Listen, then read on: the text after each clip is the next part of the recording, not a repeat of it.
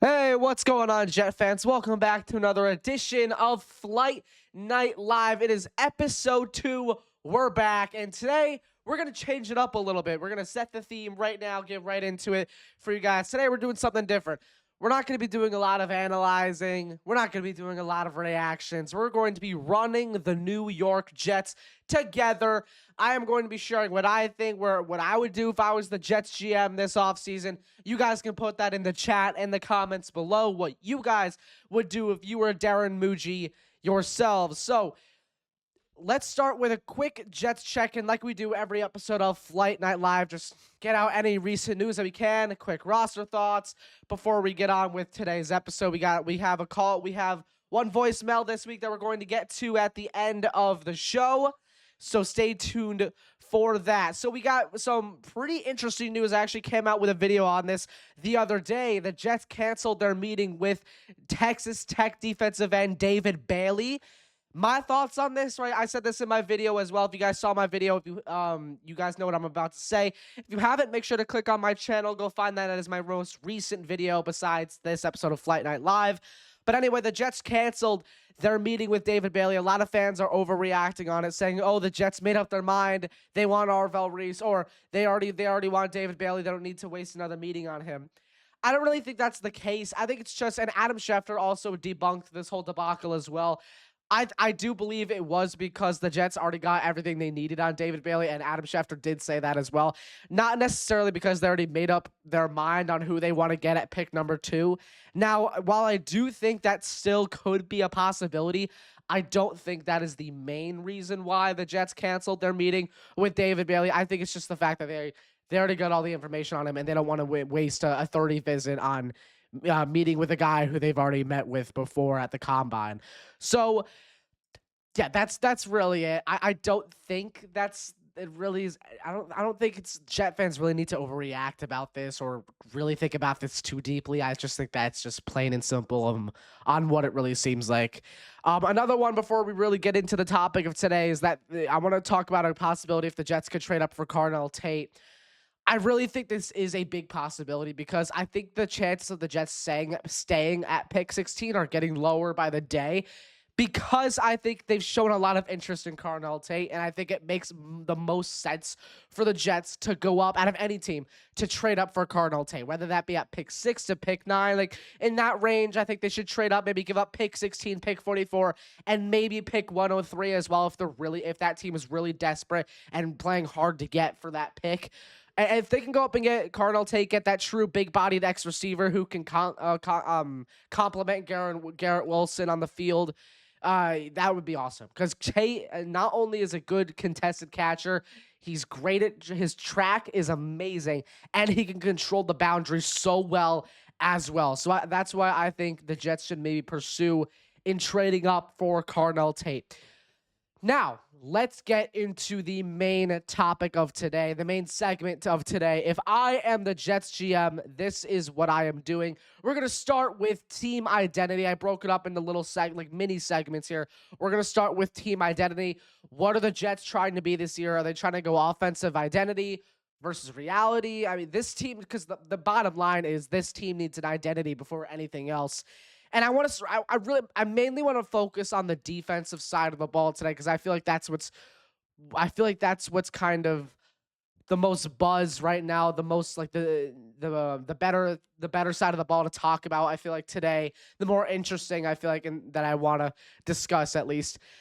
So we're gonna start with free agency, right? The Jets signed Joseph Asai, a lot of other free agents, trading for Minkah Fitzpatrick. I think those were some of the best moves they made all offseason so far.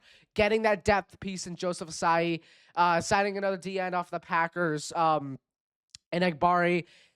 They traded for Minkah Fitzpatrick, which helped their desperate defensive back room a ton. The defensive back room in general last season was not great at all. Right, Brandon Stevens was very inconsistent. Sauce Gardner was a little inconsistent before he got traded to the Colts. Azaria Thomas, we didn't really see the most out of. Jarvis Brownlee was inconsistent. Malachi Moore inconsistent as well. The whole DB room was just inconsistent or bad for most of the season. And trading for a veteran who still has a lot of skill and talent like Minka Fitzpatrick, I really feel like helps this team a lot. Um, Now going to the draft, right? If I was the Jets, I want to establish a physical and two-dimensional defense, right? I don't want to have like those one-dimensional, you can only rush the passer type of defensive line. You need to lock down stopping the run because that is something the Jets have struggled with for years now. And I mean years. I can't remember the last time the Jets had a really, at least in my time watching the Jets, they had a really good unit at stopping the run. Maybe you could say Robert Saleh's defense was the closest thing they got to that in like 2023. But even then, it wasn't the best at stopping the run. Even now, Will McDonald, he's really a one-dimensional defensive end. He's good at rushing the passer, sure, but good at stopping the run, I don't think so. So the first thing I think the Jets need to do is become a two-dimensional defense, especially within the box. They cannot just struggle against the run every single year. It's killed them. It has badly killed them in some of their games. It really has.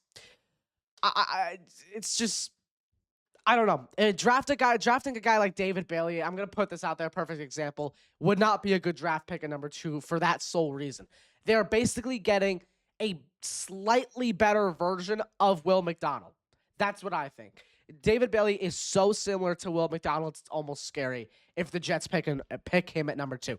That is why I think they should go in the direction of Arvell Reese. I think it makes the most sense. I think Reese gives you the best value, and I think he gives you the best skill to work with this coaching staff. I really do. I think that's what ultimately what it comes down to. So now I want to move on to draft philosophy. The best player available versus need. Do the Jets want to go aggressive versus patient? If I was Darren Mucci, I would go need over best player available. But to be honest with you, at pick number 2, the best player available also desperately fits the Jets' needs, and that is Arvell Reese.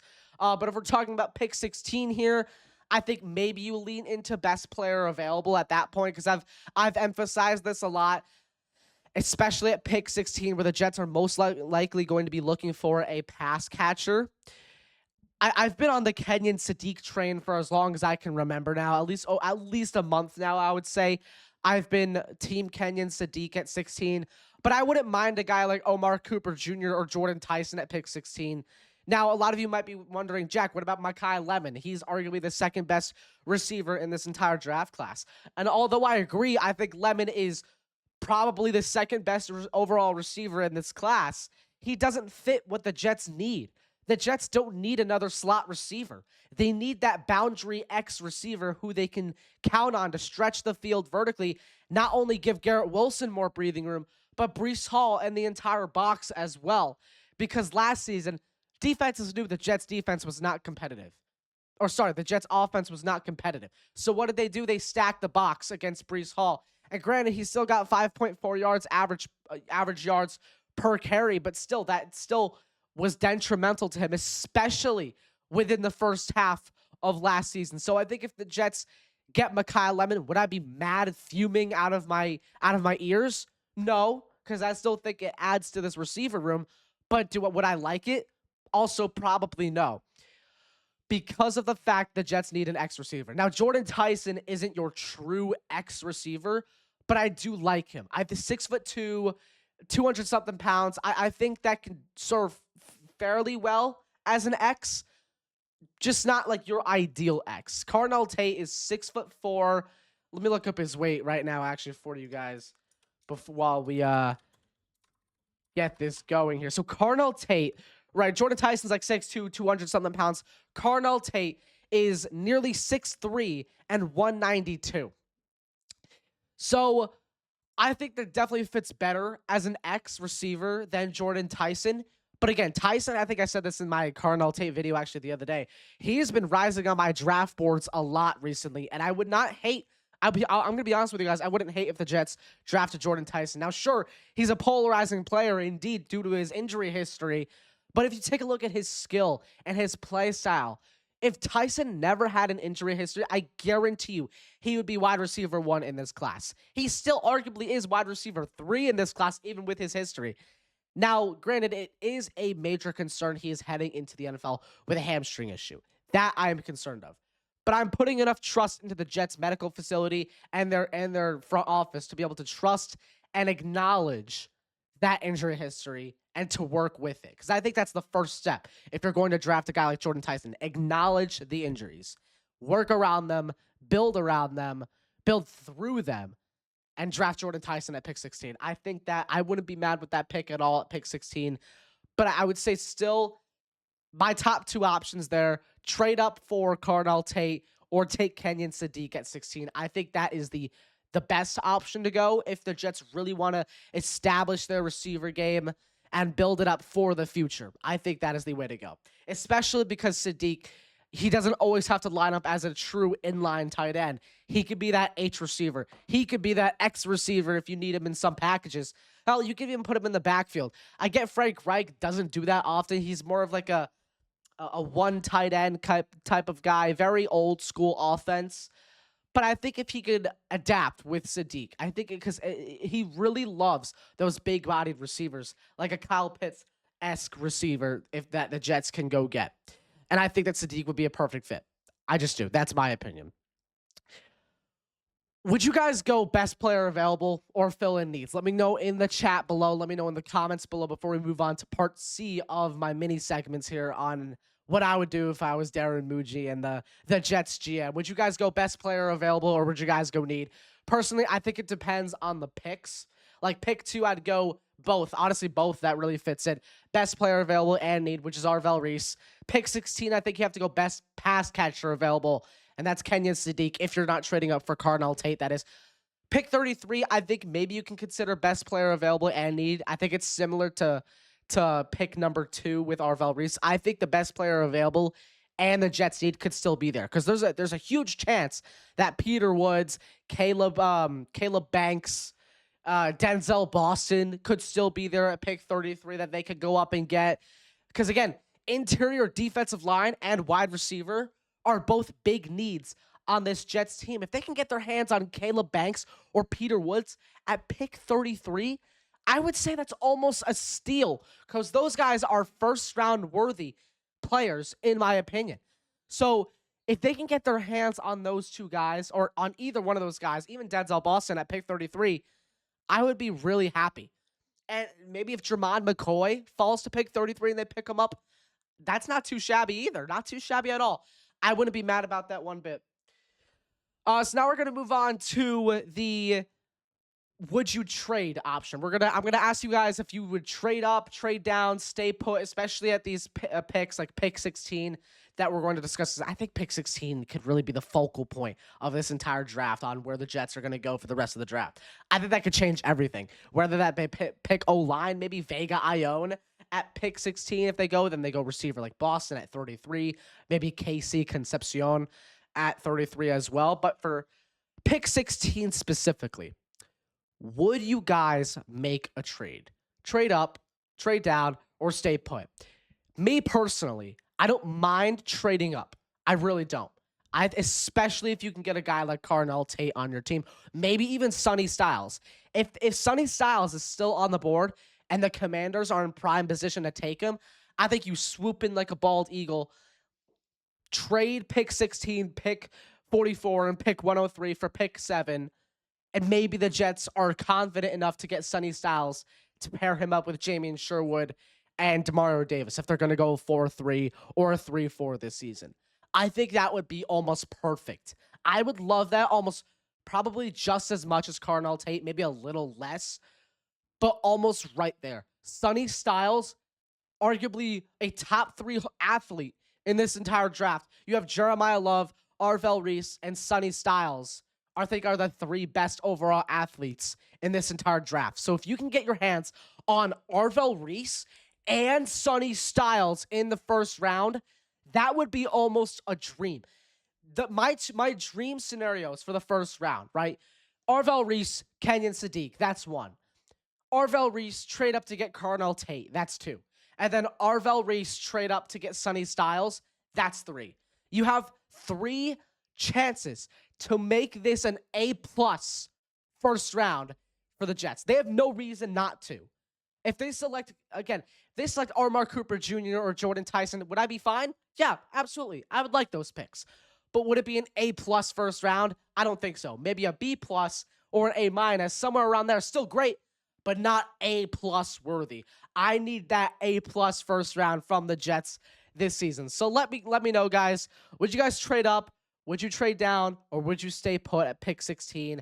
Maybe pick 33 you trade down, or trade back in to the first round from pick 33 to get your receiver of the future like Denzel Boston, your ex-receiver of the future. Maybe they stay put at pick 16, get Kenyon Sadiq, call up someone at pick 27. I'm not sure who's at pick 27, but I'll double check. You call up pick 27, somewhere around there. Say, hey, I'd like to trade pick 33 and some other assets for pick number 27, because you guys have to realize pick 33 in the NFL draft is still valued like a first round pick, because there are people that slide out of the first round into the second round that nobody would realize it. Again, Peter Woods, Caleb.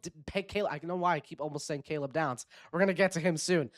Caleb Banks, Peter Woods, Jermon McCoy could fall. Denzel Boston could fall. That's 4 players I just named that are first round worthy players that could slip into the second and have a very high chance of slipping into the second. Now, I don't think all 4 of those guys are going to slip in, but at least 2. I think at least 2 will. The most realistic, maybe I would say, are Jermon McCoy and Denzel Boston are probably the most likely to fall to round 2. But if the Jets feel confident that they can go up, swoop their guy late in the first round, trade pick 33 to trade back up, I'm all ears. I'm answering that phone, or I am entering that keypad any day of the week if I see any of those 4 players or more that I haven't named on the board still. So again, let me know. Trade up, trade down, stay put. This is where the real debate happens for the Jets. This is really where the juicy stuff happens. Are we trading up? Are we trading down? Or are we staying put? So now we're going to move on to our next segment of the show. Are the biggest mistakes I think the Jets could make in this draft is, 1, reaching at pick 16. I think if you reach like Vega Ione at pick 16, again, great offensive lineman, arguably one of the best old linemen in this entire draft. But do the Jets need to spend a first-round pick on a guard? No, absolutely not. There are so many more needs the Jets should spend on. Receiver, interior D-line, corner, safety, linebacker, defensive end, if they don't pick one at pick 2, tight end, just to name a few. That's over half the positions in football, right? So there are just so many more options that you can get at pick 16 rather than reaching on a quarterback or like Ty Simpson or an offensive lineman like Vega Ione at pick 16. There are so many other options. Another one I think that could be a huge mistake for the Jets is ignoring pass catcher. This might be the biggest one, I think. Ignoring a pass catcher in the first round would be horrible, detrimental for the Jets. And that would just show how just like stupid this front office would be if they ignore pass catcher, because that is a premier position that the New York Jets need. The Jets cannot go another season without having a big-bodied X-receiver, or at least someone who could complement Garrett Wilson, because we saw how much of a shit show that was last season. We saw how bad that was when Garrett Wilson only played 7 games due to injury. He was getting stacked up, double-teamed every single snap that he was on the field. That cannot happen again. We need to get Garrett Wilson some help. And sure, you may still have Boston there at 33. You may still have KC there at 33. You may still have Chris Bell, Skylar Bell. You still may have them at pick 33 or the second round if you really want that. But there is no way that an average or even a casual NFL or college football fan will say to you that you'd rather have Chris Bell over a guy like Jordan Tyson, Kenyon Sadiq, Omar Cooper Jr., Carnell Tate. I'm just naming a few options there. There is no world where a casual football fan will say they'd rather have those names over the ones I just named where the Jets could have instead. No world would I even see a casual NFL or football fan saying that. Even the most biased out of biased college football fans would admit they'd probably rather have Carnell Tate over Chris Bell or Casey Concepcion or Denzel Boston. Just saying, If the Jets ignore pass catcher in the first round, that would be detrimental to this offseason. Absolutely detrimental. Another one is forcing a quarterback. Now, I don't think this will happen. There have been reports by Connor Hughes and a few other insiders that the Jets are looking towards the 2027 draft to get their quarterback.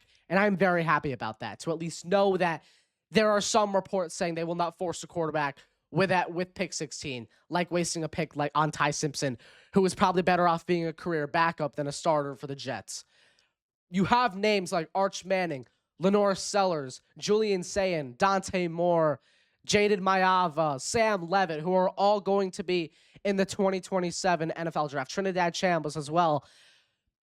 Why I wouldn't say waste, but like I guess you could say waste, to be honest with you.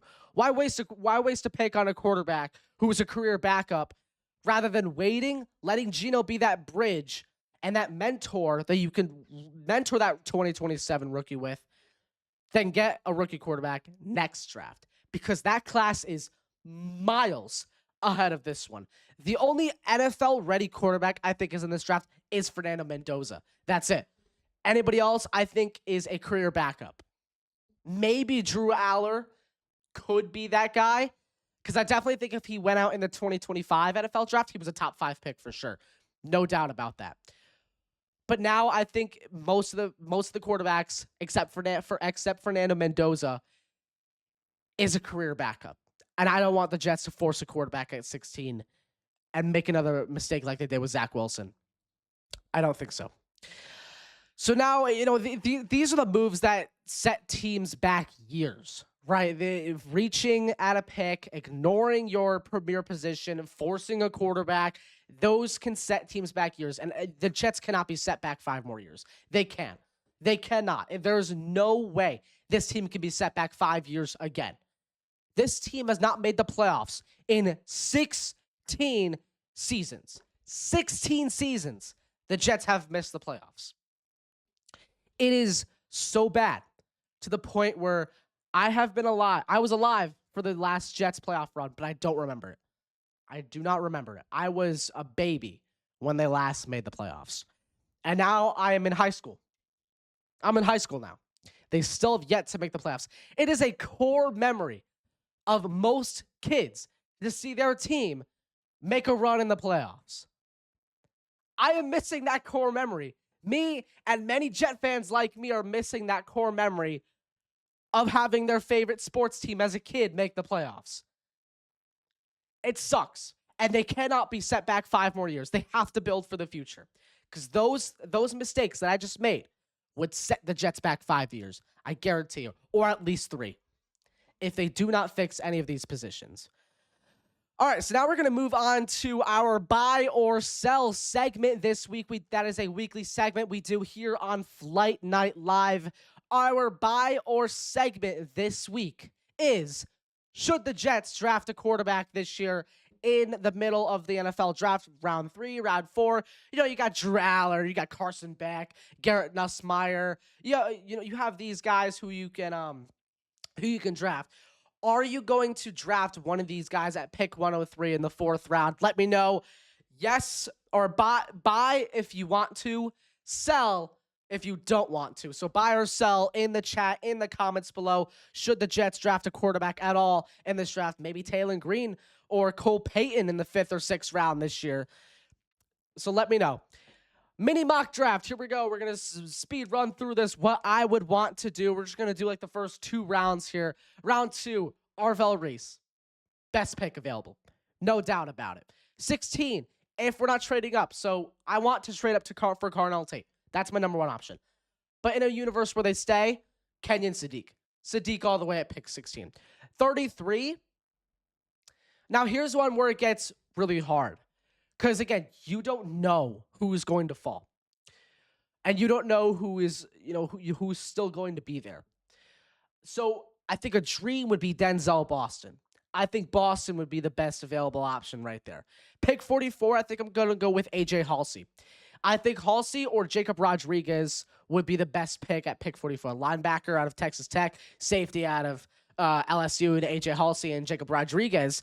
But I think if I had to choose between the two, I think I'd go AJ Halsey, just because I think he has more value. He'd bring the team more upside, and I think Jacob Rodriguez would be good. But I feel like he'd be like a Chaz Surratt kind of like he's there, he's good enough to maybe start a game or two, but he's not your future linebacker. That's exactly what I think it is. It's like a Chaz Surratt or a Francisco Maui Noah kind of situation. That's kind of how I see it. So now we're gonna get to your fan reactions here. We only have one voicemail today, and that is from Joe from South Florida. I believe the audio is kind of little hard to listen, kind of hard to hear at the beginning. So I apologize if I messed up your name here, but it sounded like it was Joe. So let's get to Joe from South Florida and see what he has to say. What's up, Jack? It's Josiah from South Florida. Hope you're having a great day. I just wanted to hear your thoughts of Caleb Downs and a prospect coming out of this year's class. In this year's class, he's probably my number one player, tied with running back Jeremiah Love. I think that the argument can be made that Caleb Downs can be more of an impact player coming out of college right now than a guy like Arvell Reese or David Bailey. Sure. And my take is I want to take a guy that I absolutely love. I don't know how high the New York Jets boards will have Caleb Downs on their board, but I think that he should be at least in the conversation at number 2 or in a trade-up scenario. I think he's the best player in this class, and I feel like dominating on the back end would be awesome for this Jets team. I feel like we need one more safety, and I feel like he could be that piece for us. I feel like you can get a edge rusher at pick 16 or trade up for another guy like a Ruben Bain or David Bailey. Maybe somebody else falls. But I feel like Caleb Downs is a generational prospect, and I don't throw that word out lightly. I think that he's a game changer and a can't-miss player. Let me know your thoughts. Thanks, man. Yeah, thank you so much for calling in. Great call. Make sure to call back more. That was great. But yeah, I could definitely see where you're coming from. Caleb Downs, I think, I named the 3 best athletes. I think Caleb Downs is right outside the 3 best. I think he's the 4th best athlete in this entire draft. I could definitely see where you're coming from. Caleb Downs would be like a Kyle Hamilton to any other NFL team. The Jets would improve so much with having Caleb Downs on this team. But I don't think it's more of a need than edge rusher. You have Arvell Reese, who is a 2-dimensional, freakish athlete who can not only stop the run and rush the passer very efficiently. But if you need him, you could also drop him back into coverage as a linebacker. I think that's kind of really what scoops me in on the Arvell Reese train at number 2. Now, maybe if they trade down, if someone finds maybe if the Giants want to trade up to pick 2 for some reason, or the Browns want to trade up to pick 2 and the Jets are sitting at pick 6, I'd definitely consider it. I would consider possibly getting Caleb Downs at that point. I would not be mad at all if the Jets traded down to the middle, like in pick 7, pick 6, drafted Caleb Downs. That's good. I wouldn't be mad about that one bit. But pick 2, if Reese is still on the board, that's the guy you got to target. I really don't think there's an excuse for not drafting Arvell Reese at pick 2. Now, I heard you say they can draft a defensive end later if Ruben Bain is still there or David Bailey is still there. Sure, they can go up and get those guys. I think Bain I'd rather have over Bailey. But, I mean, you also have to think about the safety position because that also has way more depth, in my opinion, than edge rushers do. Sure, you have Keldrick Falk, those other guys who are lingering in the 1st or the 2nd, but I would definitely rather have, I think, and I don't use this term lightly either. Arvell Reese, I think, is a generational talent. He could be like your next Micah Parsons of the future, and that is why I think the Jets should be dead set on getting this guy. And I mentioned this a couple minutes ago. I think if AJ Halsey could very well still be there at pick 44 or pick 33, who is still a very competitive safety, go ahead and pick him. I think that, sure, Caleb Downs is miles better than AJ Halsey, but Halsey is still very much NFL ready. Very physical, very big for a safety, which is what I think the Jets desperately need. They need meat in that defensive room. They need bigger guys. They need meat, and I in the DB room. That's just what I think. I think that AJ Halsey could also bring to you a great ball hawking ability. He's a big ball hawk. I think that could get you a lot of turnovers, which is something the Jets didn't have last season. So sure, Although I do think Caleb Downs would be a great pick at pick 6 if the Jets were to trade down.